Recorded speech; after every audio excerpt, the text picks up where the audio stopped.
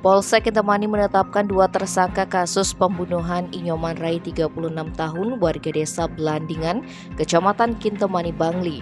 Mereka adalah 2 bersaudara bernama Igede Darmawan 19 tahun dan adiknya Imade Aryawan 18 tahun.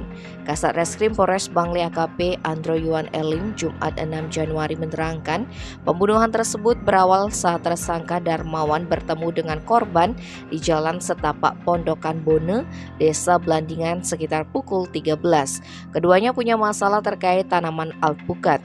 Saat tersangka hendak pergi mengendarai sepeda motor, tiba-tiba kepala bagian belakangnya dipukul oleh korban. Terjadilah perkelahian. Darmawan berteriak minta tolong kepada adiknya Imade Aryawan. Aryawan datang ke TKP lalu memegang kaki korban.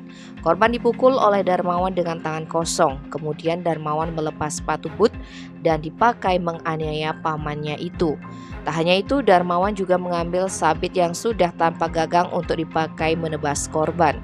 Setelah korban tak berdaya, Darmawan menyeretnya ke jurang sedalam 50 meter agar kejahatan tersangka tidak diketahui, sedangkan adiknya mengantar anak korban berusia 2,5 tahun yang ikut menyaksikan penganiayaan tersebut. Bayi tersebut sempat diajak menyabit oleh Aryawan sebelum akhirnya bertemu Imerta, ayah tersangka.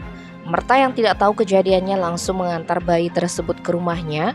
Tersangka ditangkap polisi Rabu malam. Sementara itu tersangka Darmawan mengaku menyesal telah melakukan pembunuhan.